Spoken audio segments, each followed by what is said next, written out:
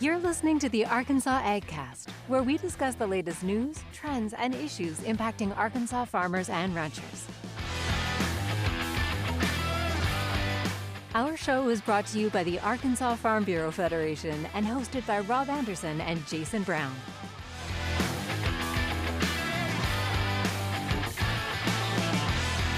Well, Brian, something's a little off. We are down a man. What is? Apparently, so. She says Rob Anderson. Rob's not here. I thought he'd pop in any minute, but yeah. He's not here. Well, we have. I guess you're going to have to call him. I mean, on occasion, he'll have to wake me up from a nap. I'll have to wake him up from a nap. Let me see if I can. He knows we started too, so that's what, that's true. Let's call him here and see.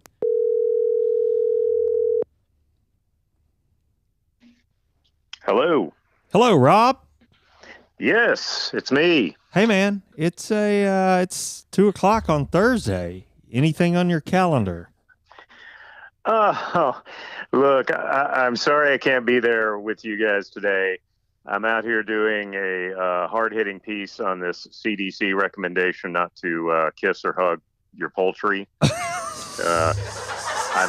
I'm just kidding, and I know we've had a little chuckle at that, but in all seriousness, the CDC did say something about that, but it's only because there's been a salmonella outbreak. Okay. You do have to be careful how you handle your backyard poultry. That's all that is. Just making a little joke. I really wish I could be there with you guys today, but I've got a little one at home, was a little under the weather, got to help her go to the doctor. I know you'll be out next week, so I'll be flying solo. So I just want to wish you guys good luck today. Yeah, man. I know it's not the same without me. It's not. Brian does a great job filling in, and we'll certainly miss you. But hope everybody at home gets feeling better. And you'll be taking over for me next week while I'm got my toes in the sand. So thanks. Yeah. You have a more fun excuse. I appreciate that. Well, thanks in advance, man, and y'all. Have a good one, and we'll try and do this thing without you. All right. Best of luck, Brian. Knock him dead. Well, thank you for that. I appreciate it. All right. See ya. All right. See you guys. All right. Well, your day just got a lot more interesting. Mm-hmm. Let's see how much I can juggle here. Yeah. All right. Well, we talked a few. Brian, look, it's not your first time. It's not. You've done this once before. I will tell you though, if I've shared this before. If you did not tune into the episode where Brian sat in for Rob once before, he controls all the audios, everything you hear in this podcast. And for those watching the live stream, which you can catch on Facebook and YouTube every Thursday at 2 p.m., for those watching, Brian controls everything you see, the little zoom ins on the camera, the stream, everything. So he's now going to balance another plate and help me read the news today. Hopefully all will go without any hitches or anything. Not only that, but I'm gonna ask you to go first. How about that? Let's dive in. Well, here we go then. All right. You can do it. All right. Well, first up, we have some news that comes from the American Farm Bureau. Okay. The U.S. Solicitor General, one of the highest-ranking officials in the Department of Justice, filed a brief to the U.S. Supreme Court in support of a challenge to California's Proposition 12. The state law seeks to ban the sale of pork from hogs that don't meet California's production standards, even if the pork was raised on farms outside of California. The American Farm Bureau Federation and National Pork Producers Council filed the challenge, arguing Proposition 12 violates the U.S. Constitution's Commerce Clause. Okay. In the amicus brief, Solicitor General Elizabeth Prelogger argues that AFBF and MPPC have stated a valid claim that Proposition 12 violates the Constitution and will create burdens in the interstate commerce. Hmm. AFBF President Zippy Duvall said, the Solicitor General provides a powerful argument against the arbitrary production standards imposed by Proposition 12. It's significant to have the Justice Department recognize the validity of our concerns and realize the unintended consequences of this misguided law. Okay. He continued, we share the goal of ensuring animals are well cared for, but Proposition 12 fails to advance animal health or food safety. Instead, it will make caring for animals more difficult and drive up the cost for food for families across America. Yeah. And I don't know about you, but that last statement, right now with rising costs everywhere, I mean, that's hitting us everywhere. That says a lot. It's all over the place. Yeah. Well, I know this is a fight that Farm Bureau has been in for quite a while, and looks like some forward progress there. It's positive for producers. So yes, glad to see that. A good story, and thank you for bringing that one.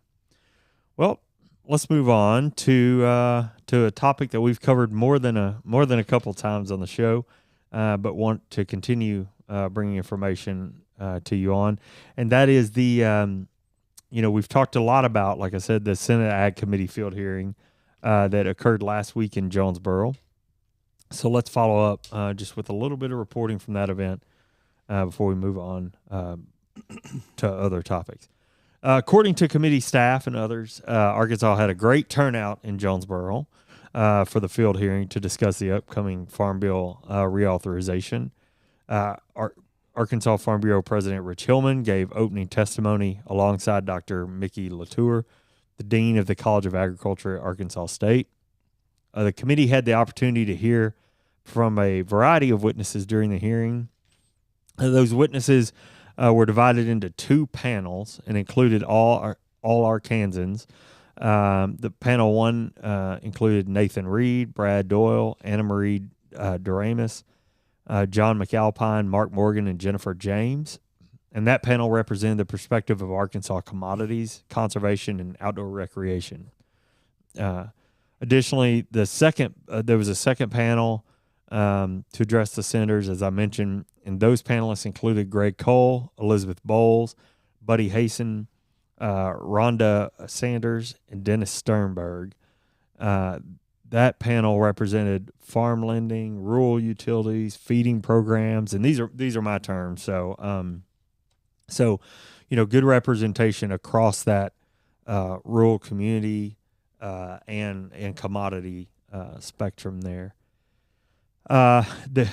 The hearing lasted nearly 3 hours. Senator Stabenow, Republican from Michigan, who's the chair of the Senate Ag Committee, she noted that many similarities between Michigan and Arkansas agriculture, and said she was especially interested in the perspective of cotton and rice producers in the state, which she obviously got a chance to hear from at the meeting.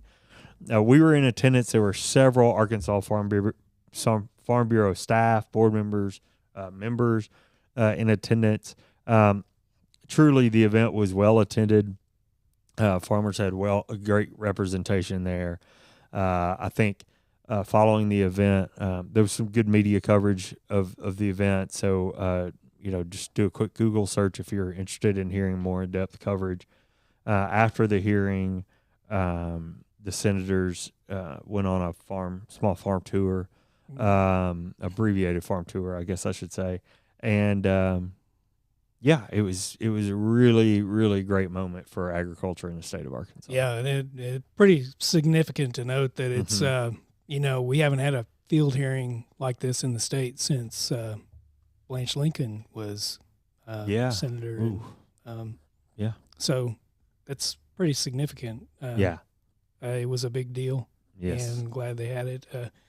Ironically, she was the last one to be nominated for the Golden Plow, to receive the Golden Plow.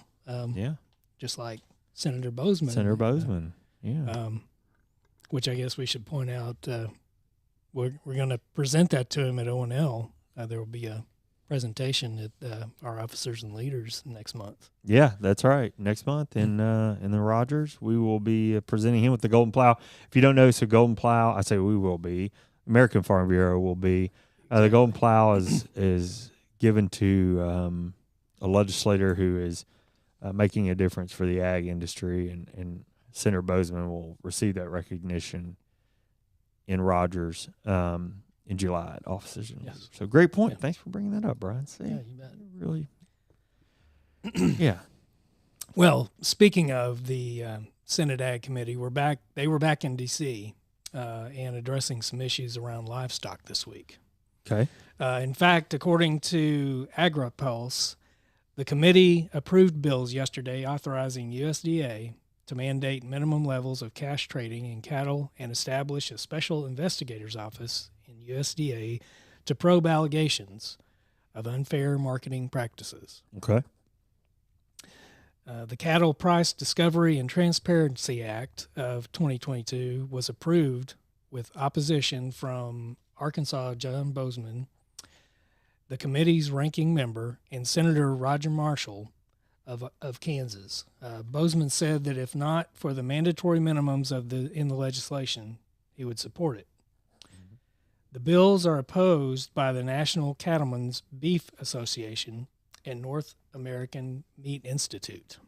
Previously, 21 State Farm Bureau presidents signed a letter opposing the Cattle Price Discovery and Transparency Act, saying leading economists have determined that a federal mandate in the market will cost cow, calf, and stock operators anywhere from $50 to $85 per head, if not more, on the price they receive for their cattle. Yeah. Yeah, this is good. There's some good insight there from Cattlemen's and the Meat Institute, and certainly AgriPulse has more from Senator Bozeman, more verbatims from him there. If you want to hear specifically what he said, but I mean we summed it up here. I mean really nicely. You know that the mandatory minimums in the legislation were a concern for him. So, okay, well, good. Good, always good to have cattle and livestock news here on the show. Well, back to the Farm Bill really quickly, but moving over to the House side in D.C., a bit of news from an Arkansas legislator on the House Ag Committee. So we talked a lot about the Senate Ag Committee. I thought we'd give the House Ag Committee a little love too. Congressman Rick Crawford shared with AgriPulse as part of their Newsmakers panel. I guess it's AgriPulse Day. As part of their Newsmakers panel, that he wants the commodity programs in the next Farm Bill to reflect the current economic situation for farmers. Certainly, farmers listening to the podcast will be familiar with this. But keeping with some of the input we heard in Jonesboro from growers last week, Congressman Crawford has encouraged lawmakers to take a look at reference prices in the new Farm Bill. The price loss coverage program, PLC as we often call it, which is added in the 2014 Farm Bill, issues payments when the coverage annual price for a commodity drops below a certain threshold. Congressman Crawford and those testifying at the hearing in Jonesboro asked that the Farm Bill take a fresh look at those reference prices. Just to be clear, this is not testimony from Crawford at the hearing in Jonesboro. I'm just saying that they were both saying some of the same things. Mm-hmm. Congressman Crawford said, for example, program, we're dealing with a cost model that reflects 2012 production costs. It wasn't indexed. So therefore now in 2022, 10 years later, we're behind the 8 ball on those programs. And so I think you're going to have to bring that into current levels. And then in real simply, those reference prices were set in 2012. We're in 2022 looking at a 2023 reauthorization. Think about the things that have changed, especially financially in that time, especially with some of the unique challenges we're seeing with input costs, things like that this year. So anyway, we'll definitely continue to keep an eye on this and all conversations related to the Farm Bill. Yeah. 10 years is a huge huge gap Yeah. when it comes to pricing, and that's not even taking into account the year we're in right now. Yeah. I mean, rising costs everywhere. So Yeah. that's crazy. Yeah. I mean, just this year and I think, somewhat it's it was historic jumps that we saw this year on input costs, but I mean, we saw 300+% increases this year. Yeah. So, a challenge. Well, we have some good representation here Mm-hmm. in the state. I'm very thankful for men like Representative Crawford and Mm-hmm. Senator Bozeman. They're doing a good job. Yeah. Well, how about we take a break from some of this news, and let's learn how Arkansas Farm Bureau, how you can be a champion in your community. Yeah. Your Arkansas Farm Bureau membership supports our work on behalf of Arkansas farmers, ranchers, and rural communities around the state. From youth leadership programs and academic scholarships to hunger relief and disaster support, and much more. You can make a difference and be a champion for your community. Join today at arfb.com. Did you know that a $40 annual Arkansas Farm Bureau membership contributes to the work being done in your local community and also the agriculture advocacy work we do at the state and national level? Your membership truly matters for farmers and communities across the state, and I really do mean that. So incredibly important to be an Arkansas Farm Bureau member. Mm-hmm. Well, let's get back to the news here. And we'll talk a little bit about crop quality and weather and quantity, I guess I should say. As we mentioned last week, we've considered planting complete. I had a chance to be in the Delta yesterday, and I think that's a safe bet. There may be a few outliers and hopefully no replants, but for the purposes of this conversation, we've moved on from planting and into growing, I guess. Yes.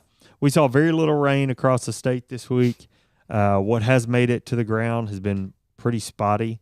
The high heat and humidity this week will be good for some crops, not for my electricity bill, but certainly good for some crops like cotton.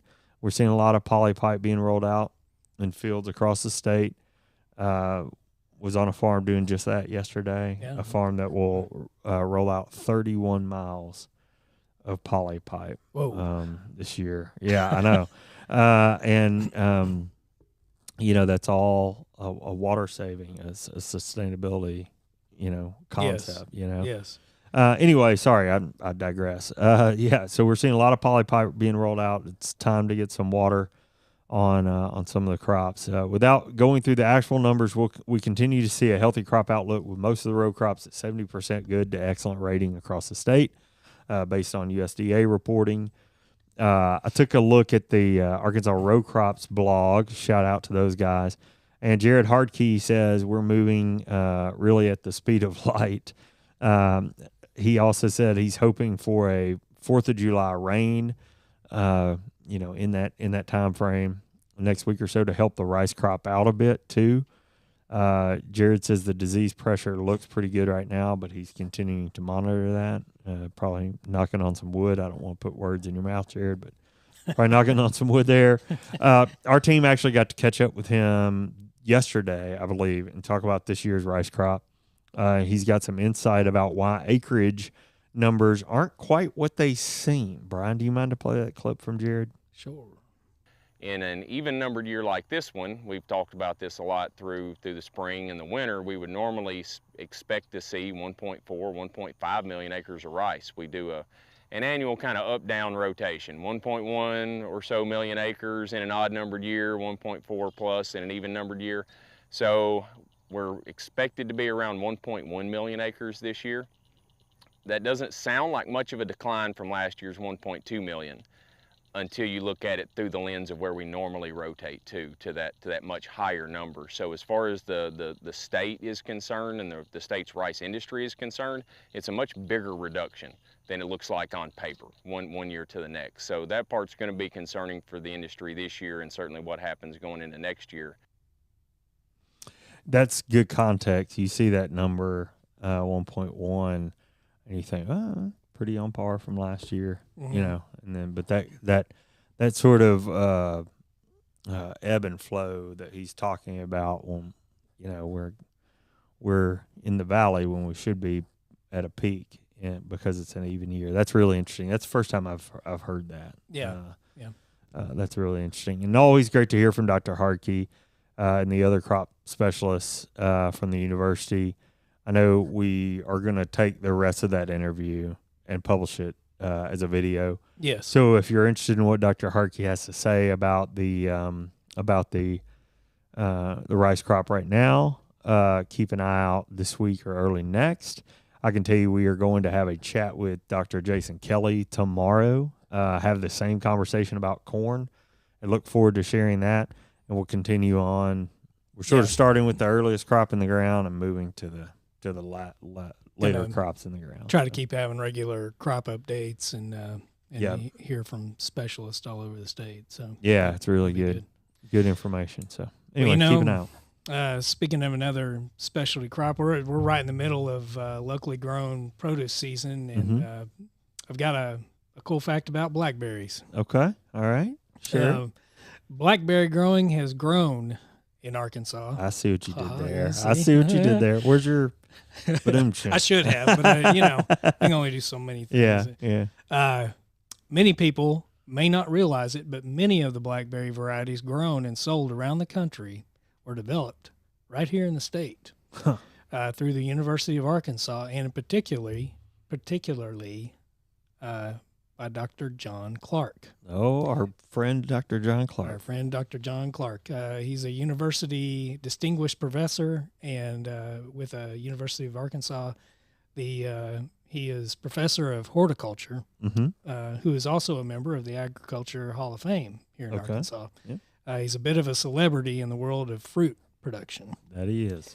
To find out more about blackberries in Arkansas, you can visit the Arkansas Blackberry Growers Association at arkansasblackberry.org, and you can find them on Facebook. Okay. And might be able to stumble across some custom music.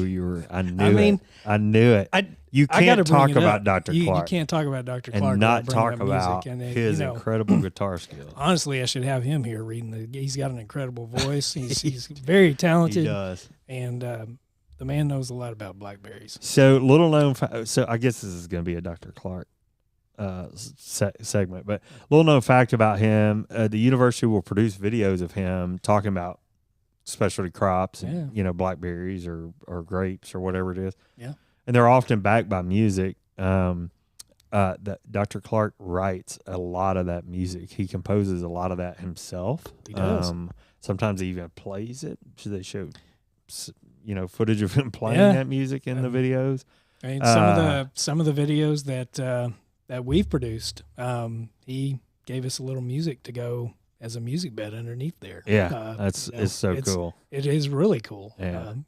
Well, if you're interested in hearing more about Dr. Clark or hearing more from him, this podcast is a great place to start. You can just look us up on iTunes and search for his name, or search for his name on the website. But here's what I'm going to tell you: like he and I interviewed him one time. I thought it was going to be like 20 minutes. We talked for over an hour. Surprise if I'm involved, but he is the one who told me that Arkansas, the basics, some of the basic genetics of the cotton candy grape came from Arkansas as well. Really? Yeah, very popular cotton candy grape. So, and he can just sit there and rattle off like, oh, this variety, that variety. He can tell you which ones were created by mistake, kind of. And anyways, fascinating guy to talk to. Wine grapes are involved in there. Obviously, blackberries. I had some of his blackberries last week. I'm jealous. Just, go to our podcast or go to our YouTube channel and look up Dr. John Clark, and you'll be able to learn a lot about the fruit production industry, creation industry, I guess, in Arkansas. Anyway, all right, that's my doc. You can tell I'm kind of a fan of Dr. Clark. And yes, he does have a voice for radio. He does. Unlike myself. All right, wrapping up the news of the day. I ought to get out of here, I guess. I'm feeling the vacation vibes, man. I'm telling you, I am. Well deserved. I mean, I'm feeling it. All right, wrapping up the news for the day. There's been a lot of talk this week about a national gas tax holiday. So we've got a few details to share.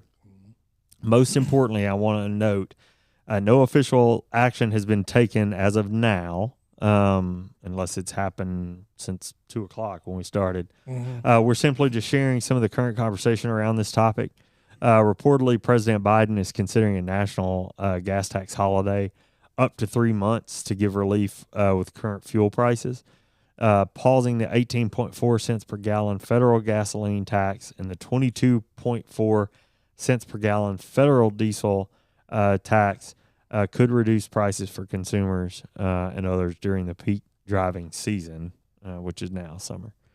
Mike Steenhoek, executive director of the Soybean Transportation Coalition, has put pencil to paper on the savings here and calculated an average savings for motorists of 28 cents per day, around $25 total over the 3-month holiday, if that were to take place. For farmers, the story's a little bit different.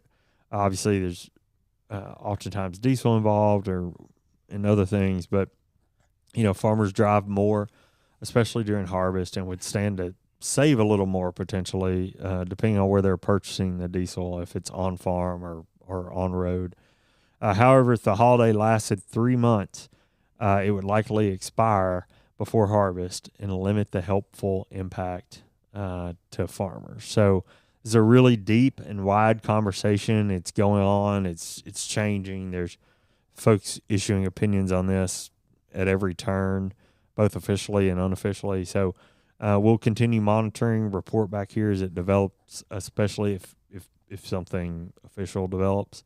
And that is, that's that. So, well, this is very interesting. I saw this news pop up out also, and it was this morning while I was eating breakfast and looking. I was seeing someone had put out a calculator. I don't remember which. It might have been Fox News or something, but they had a calculator for you could, pick your type of vehicle, and it would show how much you could potentially save, when you're going to fill up, each time you fill up based on these numbers here. It's staggering, but it would be very helpful. But, yes, it would be great if they could expand this into another program later in the year when it's going to be most impactful for farmers. Yeah, and there's different intricacies. So I think farmer on road or on farm diesel is exempt anyway. So again, I say like it would depend on where you buy your fuel, how long they make that program, the holiday, if they're going to do that. So yeah, there's a lot to it. We'll certainly continue to cover it, and I know folks, will enjoy any relief, absolutely, that they can get. Absolutely. Right now, this is a topic around just about every dinner table and water cooler. Yeah. So, all right. Well, do you have? I almost skipped it. I know. You would have been mad at me. I wouldn't have. Yeah, I wouldn't have. But I just would have. Our listeners and viewers might have been. Do you have anything for this day in history? I got one. Okay. There were a few, but the only one I thought was kind of worth mentioning for our crew, because it's, being in the industry that we're in, kind of what we like to do. Yeah. Not ag specific, but PR related, reporting kind of related. Okay. And on this day, I'm trying to guess. On this day, it was an invention. Okay. It was a patent was granted in 1868. American inventor Christopher Latham Sholes and 2 others were granted a patent for the camera. Nope. I have one more guess. A microphone.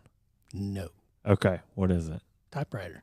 Oh, God, It was a typewriter. 1868. okay. A typewriter. So, All right. it's pretty cool. It is cool. I'm in this. A few years ago, somebody declared that there's between like Gen X and Millennial, there's this small micro generation that they labeled Xennial, which is like half raised analog, half digital. Mm-hmm, So like, mm-hmm, Gen X mm-hmm. are like, type their papers on typewriters, and Yeah. Millennials on computers, Yeah. So I'm square. There's like 4 years, maybe 5 years. Mm-hmm. That qualify for this generation, and that's me. Like, I literally hauled around a little typewriter, like in probably up to 5th grade. Yeah.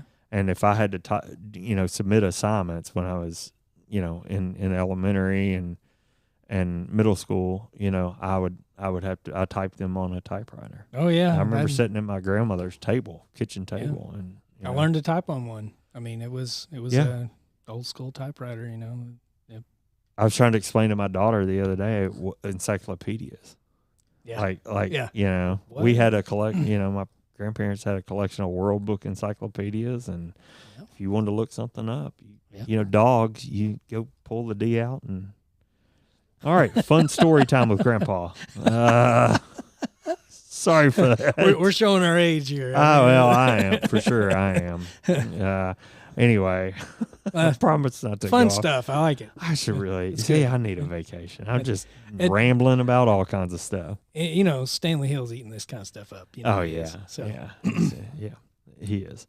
All right, well, before I ramble on about anything else, I guess we should wrap up the news for the week.